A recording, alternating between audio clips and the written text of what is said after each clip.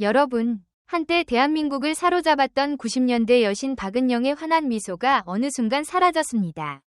데뷔 당시 순수한 매력으로 스크린을 수놓았던 그녀가 결혼의 꿈을 안고 떠난 미국에서 단 하루도 부부로 함께하지 못했다는 충격적 파경 소식과 수억 원대 임금 체불 소송 폭로까지. 그 뒤에 숨겨진 가족 갈등과 씁쓸한 진실, 그리고 법정 한복판에서 마주한 그녀의 눈물 어린 얼굴까지 모든 것을 낱낱이 파헤칩니다. 지금 바로 영상 끝까지 시청하시고 박은영의 가슴 아픈 이야기 속으로 함께 들어가 보세요. 영상이 마음에 드셨다면 좋아요 1개와 구독 1개 부탁드려요. 모두들 정말 감사합니다. 1989년 개명대 사회학과 캠퍼스에서 첫눈에 반할 만큼 또렷했던 그녀의 눈빛은 사실 어린 시절 고향인 대구에서 다져진 치열한 생존기 덕분이었다. 막내로 태어나 네 형제 중 가장 늦게 세상과 마주한 박은영은 형제들 사이에서 늘 웃어야만 인정받는 아이였다. 첫째 언니가 출전한 글짓기 대회에서 언니 대신 상장을 받았던 일이 계기가 되어 그녀는 웃는 얼굴로 사람들의 시선을 사로잡으면 어떠한 어려움도 견딜 수 있다는 자신만의 생존 전략을 체득했다. 그녀의 부모님은 모두 교사로 집안엔 늘 학문과 질서가 가득했다. 사회학과 진학도 부모님의 권유였지만 박은영은 캠퍼스 연극 동아리에서 자원봉사 포스터를 붙이다가 느낀 자유로움에 진짜 자신의 길이 있음을 깨달았다. 선배 배우들과 무대 뒤를 분주히 오가며 몸으로 부딪힌 공연 준비 과정은 그녀가 이후 어떤 역할을 만나도 두려움 없이 부딪힐 수 있는 연기 내공을 쌓아주었다. 데뷔작 달빛가족에서 여대생 역을 맡았을 때 촬영장 한편에서는 늘 예의를 갖춘 인사와 함께 박은영 씨, 웃어주세요 라는 지시가 이어졌다. 어떤 씬에서는 감독이 카메라가 잡을 때마다 보조개가 또렷하게 떠야 한다 고 주문할 정도로 그녀의 웃음은 작품의 주요 매력이었다. 그러나 늘 똑같이 웃으며 카메라 앞에 섰던 그 미소는 사실 사춘기 시절 겪은 친구 간의 배신과 부모님의 까다로운 기대감 사이에서 자아를 지키기 위한 방어막이기도 했다. 1990년 사랑이 꽃피는 나무 촬영 당시의 일화는 유명하다.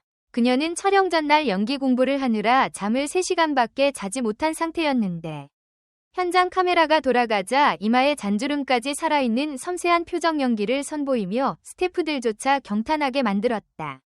동료 이미연이 촬영 중 은영 씨, 어떻게 그렇게 매번 새로운 얼굴을 보여줄 수 있죠? 라고 물으면 그녀는 민낯으로 웃으며 제 안에 수백 개의 제 모습이 잠들어 있나 봐요 라며 장난스럽게 답했다고 한다. 그만큼 탐구심이 강했던 그녀는 각 역할에 자신만의 작은 비밀 일기를 써두고 대사마다 등장인물의 감정선을 꼼꼼히 기록했다. 전성기 시절에도 박은영은 스타라는 단어가 주는 중압감을 감당하기 위해 스스로를 철저히 관리했다. 매일 아침 5시에 일어나 발레 동작으로 몸을 풀고 대학교 동기였던 영양학 전공 친구가 짜준 식단으로 식사를 조절했다. 그러나 무대가 아닌 사적인 자리에서는 누구보다도 친구들을 챙기는 다정한 모습이었다. 당시 함께 드라마에 출연한 청춘 스타 김보성은 은영 씨는 촬영이 끝나면 배우들 뒤풀이를 절대 놓치지 않았다.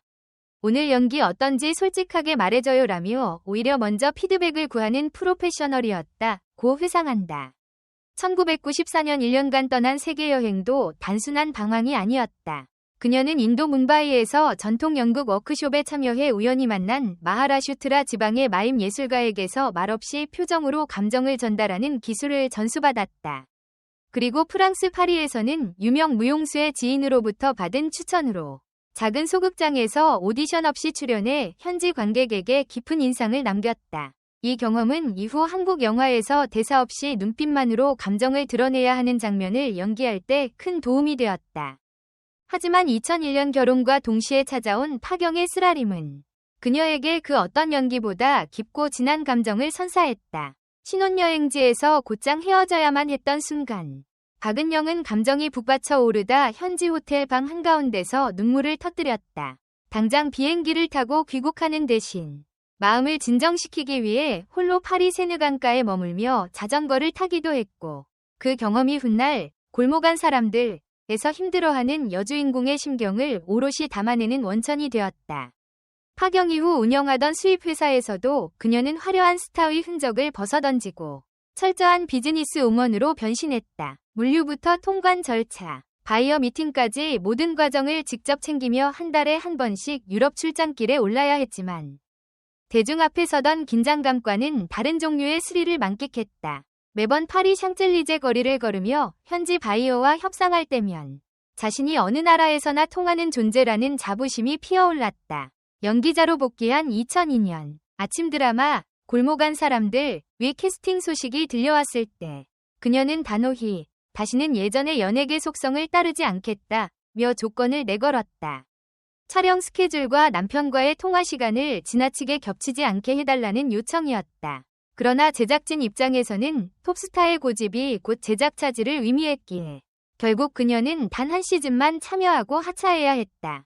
2009년 부동산 개발업체 대표로 일하며 겪은 임금 체불 사건은 박은영 본인에게도 큰 충격이었다. 배우 시절 스태프들에게 연기는 마음이 돈이라고 말하곤 했지만 현실의 시장 경제 앞에선 아무런 보호장치도 없었다.